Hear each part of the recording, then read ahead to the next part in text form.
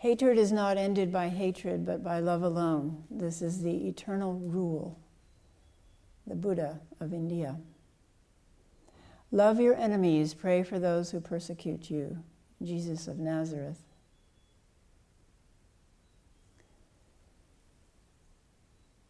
I had an entirely different talk, partly prepared for today, but then I thought we just can't ignore the horrifying images of the war in Ukraine. The bombing of a maternity hospital, of children's schools, of the field of empty strollers representing the children who've been killed. We can't ignore the bombing of the theater where hundreds of people had taken shelter, perhaps over 1,000 had taken shelter, with just enough room to lie down. A shelter that had the words children written in huge letters on the ground on both sides of the building so that they would be visible from the sky. And by the teenage boy in the hospital struggling to find a few English words to describe his attempt to flee the bombing in a car and the explosion that broke both his legs, and his crawling out of the shattered car and looking back to see his mother still alive, consumed by flames.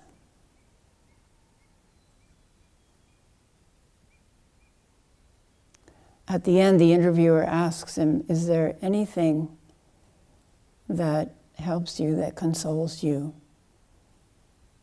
And he said, playing music, actually. And he, from behind his broken and casted legs, he pulled out a guitar and played a few chords. It's very sweet. The death toll is estimated at 500 Russian soldiers per day. 500 per day. And about 120 Ukrainian soldiers and civilians per day. Which means over 600 lives, mostly young lives, lost each day for the last month. And just for comparison, there were about 2,400 US soldiers killed during the entire 20 years of the fighting in Afghanistan, or about one every 2 days.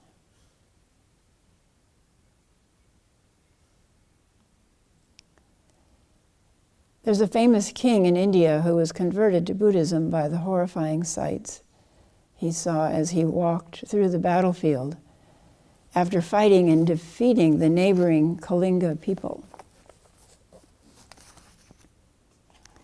The sutra is fascinating to read in its original, but this is the summary of it. And it's in the book on vows because it's a reactive vow. There's a remarkable ancient document in India inscribed indelibly in stone that tells of a king's reactive vow. Desiring to extend his kingdom, in 261 BC, King Asoka fought and conquered the neighboring Kalinga people. As he surveyed the carnage of the battlefield and heard the wailing of survivors, he was overcome by grief and remorse. He asked that this be recorded in stone. Quote, 150,000 people were thence carried away captive, and 100,000 were slain, and many times that number died because of disease and so on, wounds and dying later. Thence arises the remorse of His Sacred Majesty for having caused the slaughter, death, and carrying away of captives. It is a matter of profound sorrow and regret. Unquote. This is just a portion of the inscription on the stone. Asoka had suddenly realized that his, quote, enemies, like himself, were faithful to their religion, loved by their families, and grieved their losses. Compassion arose in his breast, and he wrote that his desire for conquest was replaced by, quote, desires for all beings' security, self-control, peace of mind, and joyousness. King Asoka went on to establish a Buddhist polity within his sizable kingdom, forbidding cruelty to animals, forbidding animal sacrifice and the eating of cattle, prohibiting hunting and restricting fishing. He built veterinary clinics and hospitals, imported and cultivated medicinal herbs, and constructed roadways with rest houses and public wells at regular intervals. He had groves of fruit and shade trees planted for the benefit of travelers and established forest and wildlife preserves. Ashoka encouraged his subjects to be kind, pure of heart, truthful, respectful toward elders, and generous to the poor.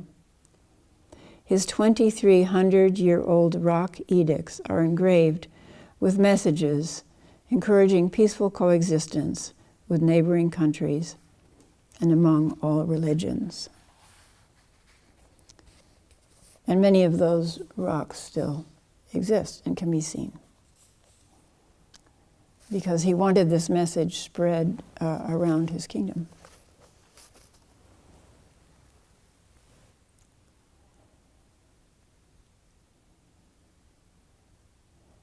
This story gives us hope that compassion can move people to reject war and put their energy into peaceful solutions.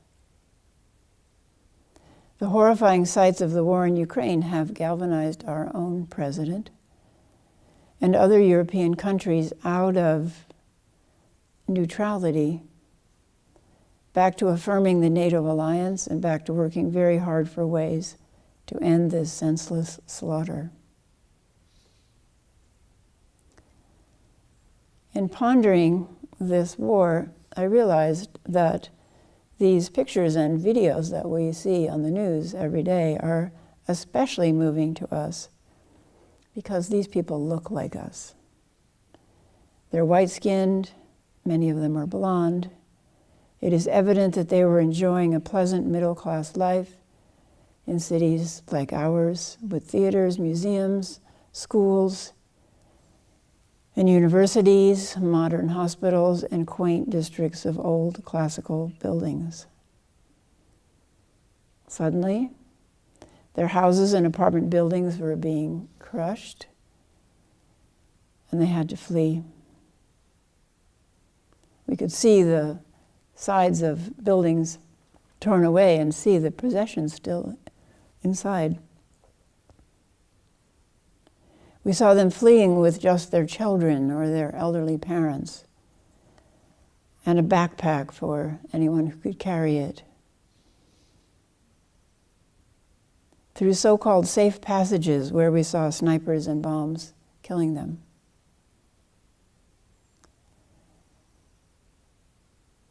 One of our residents is from Poland, where over 2 million Ukrainian refugees have fled so far, out of 10 million refugees who have emerged from Ukraine.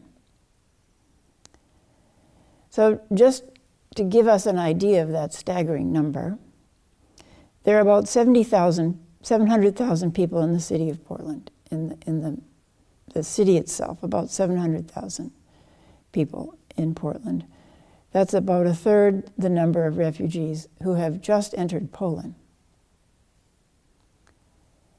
The number of refugees who have entered Poland is actually the same as the number of people in the entire metro area of Portland, including 5 counties in Oregon and 2 counties in Washington that are covered by that metro area.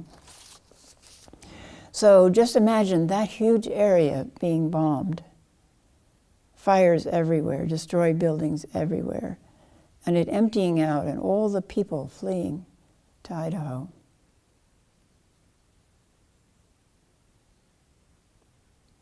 Right now in Poland, 1 in every 30 people is a Ukrainian refugee. 1 in every 30 people in Poland is a Ukrainian refugee, a person or a child with nothing but their clothing and a backpack or a shopping bag of belongings. There's a White Plum Zen Center, which is the lineage that I trained in, that is collecting supplies for these displaced families. Our resident says that Polish people are just opening up their homes to the refugees because there's no other place for them to stay.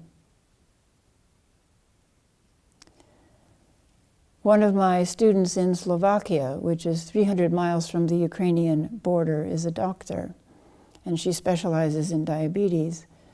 And she's collecting clothing and medications, including insulin, for the patients in the Children's Hospital in Kyiv. Imagine being a diabetic or having a diabetic child and fleeing your destroyed home without being able to get insulin or any medications or even food. I was talking with someone yesterday at lunch, and we were agreeing that we seem to have more compassion for people who look like us, who live our kinds of lives, who eat our kinds of food. We were realizing that we don't seem to respond the same to ongoing wars in Africa or South America. And we were grateful for the realization of our self-centered view and for the exposure of our underlying prejudice. One of our chants for this creative period of our practice here at the monastery, which Myo picked, is from the Diamond Sutra, translated by Thich Nhat Hanh. And it's about how a bodhisattva practices generosity. When a bodhisattva practices generosity, they do not rely on any object, no form, no sound, no smell, no taste, no touch, or Dharma. If a bodhisattva does not rely on any concept like enemy or friend, or family or stranger, if a bodhisattva does not rely on any concept when practicing generosity, then the happiness that results from that virtuous act is as great as space. It cannot be measured.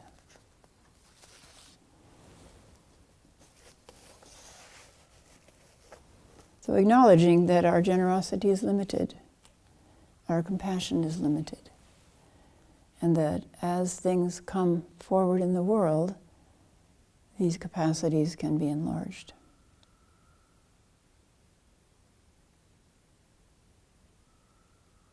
It's quite distressing to see people like us have their worlds completely overturned, going from happy middle-class lives to running from death,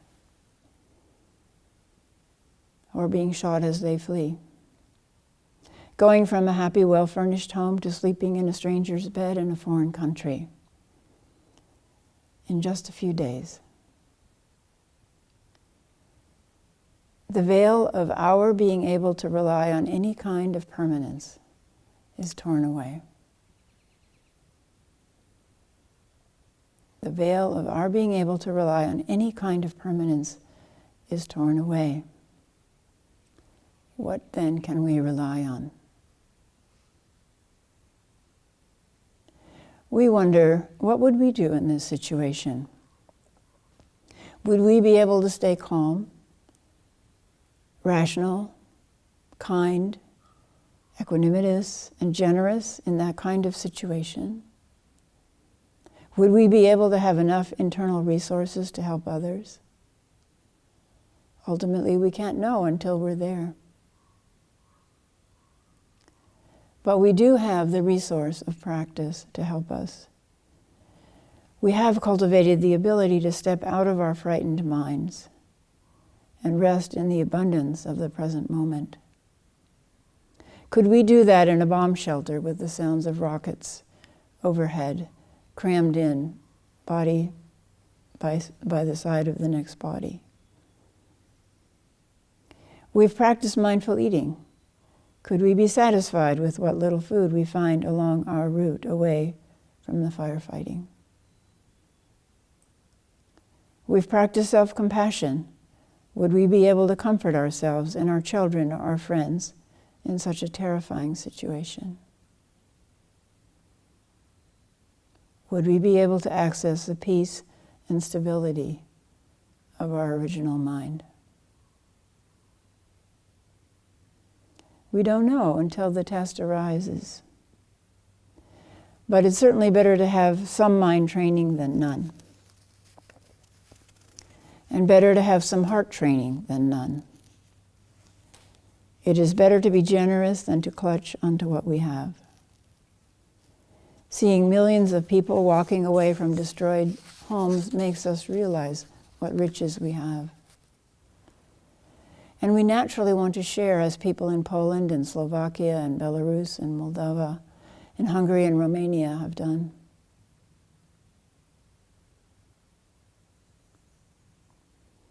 Every morning we chant, "Vast is the robe," or "How great the robe of liberation, a formless field of benefaction."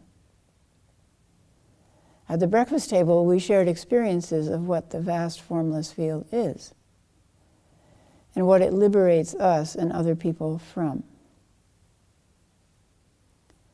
This morning, I'd like us to ponder together the formless field of benefaction. If we can carry the formless field of benefaction in our hearts, we are at least somewhat prepared for impermanence to strike. So, benefaction comes from bene, which means well, and facere, to do. So it means to do good things.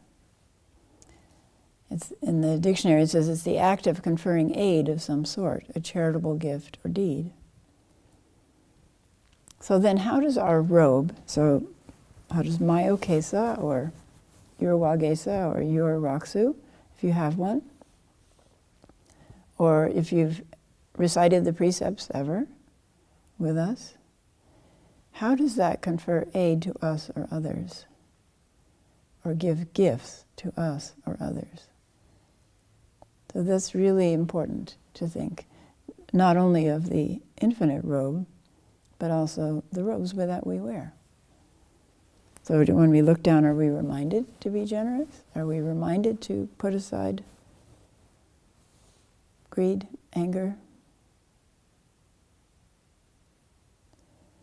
So let's take something concrete and examine it with the lens of benefaction. So if you would close your eyes and move your awareness to your clothing.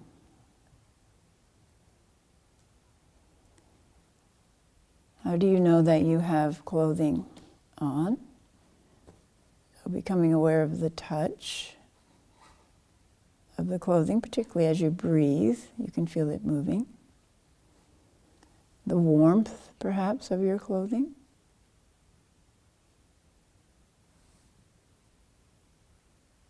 Becoming aware of all of the items of clothing that you're wearing. So starting at your feet. Some people at home might have socks on, or even shoes or slippers on. So starting with the feet and then gradually moving up, become aware of the items of clothing that you're wearing.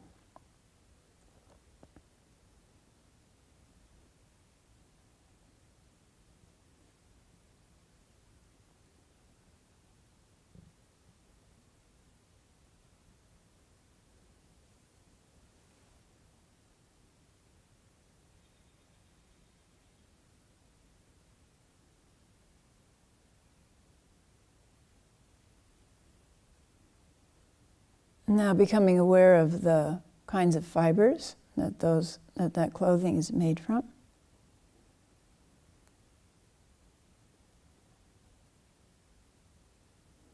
Now aware of the threads that hold those pieces of clothing together. Maybe there's some elastic in there. And the dyes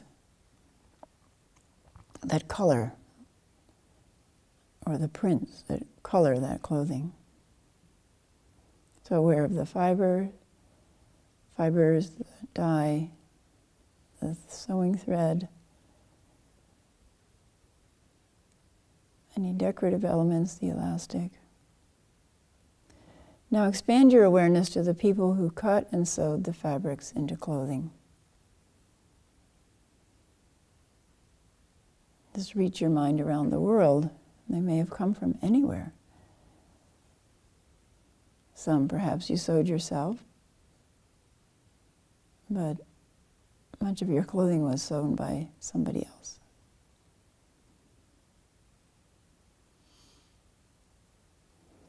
And now include the people who dyed the raw fibers and spun and wove them into cloth.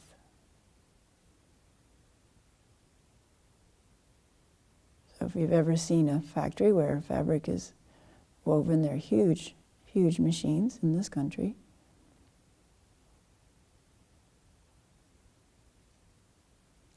Weaving fabric. Now expand back to the cotton fields, if you have any cotton clothing on. Wherever these fields were around the world, and the people who planted, grew, and harvested that cotton.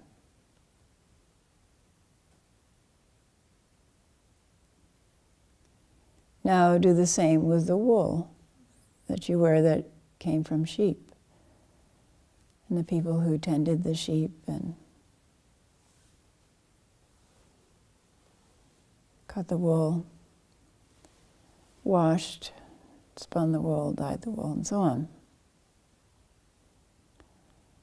And don't shy away from the synthetic fibers, all the people who discovered and pumped oil from the earth, and those who turned that into fibers to be woven into cloth.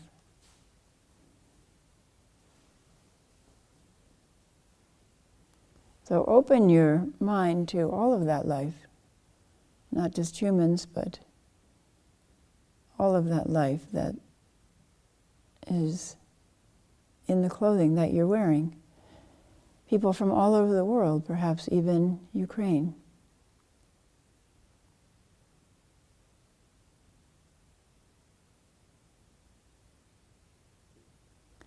Now add in the energy of the sun, the minerals from the earth, and the water falling from the sky. These are ultimately the raw materials of the cotton and wool and polyester fabric of your clothing. You are wearing rain, earth, and sunshine,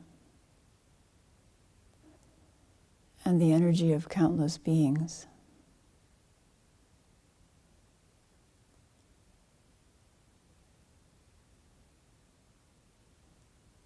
This is what you're wrapped in.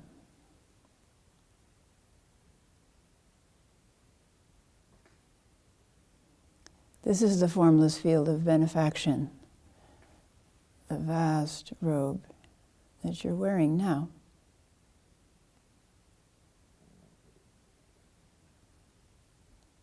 Holding that awareness, keeping your eyes closed, and your heart-mind focused on that field of benefaction. Please send out into the world simple prayers for peace, however you frame them.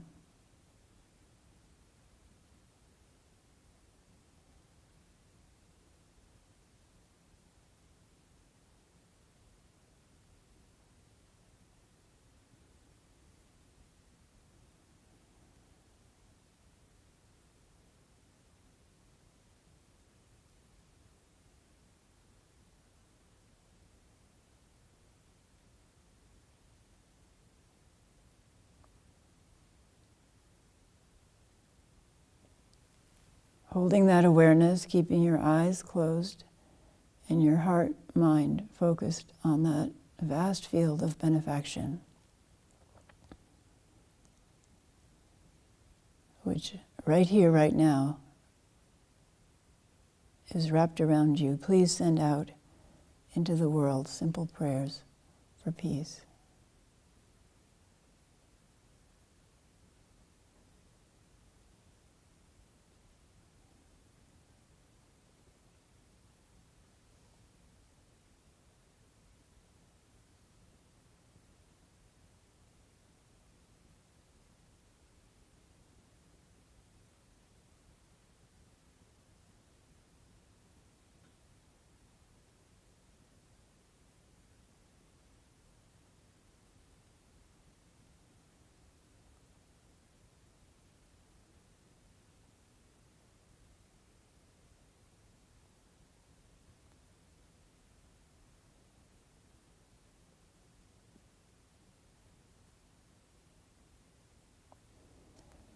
So the wisdom side says this is samsara. This is the way it's always been. The compassion side says this is terrible. How can we help? How can we stop it?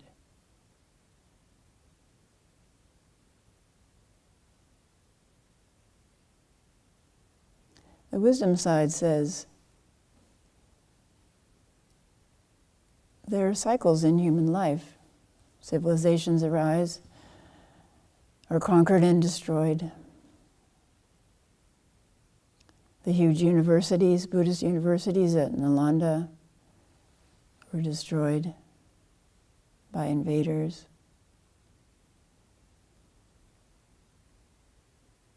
These cycles continue endlessly.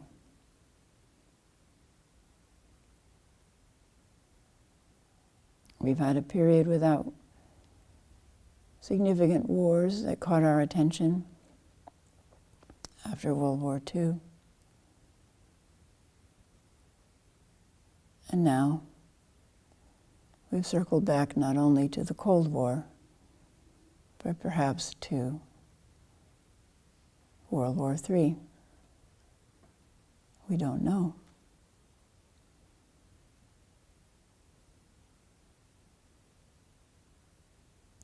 But compassion says we cannot stand by.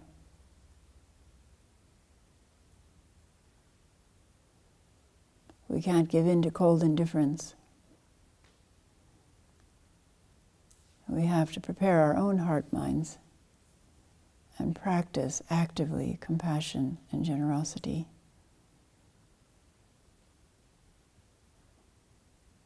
Otherwise, entropy wins. Chaos wins.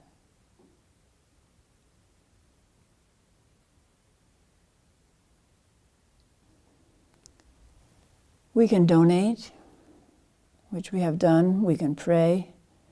We can practice keeping our heart-mind open and grateful for what we're given at each moment. Not only when conditions are ideal, but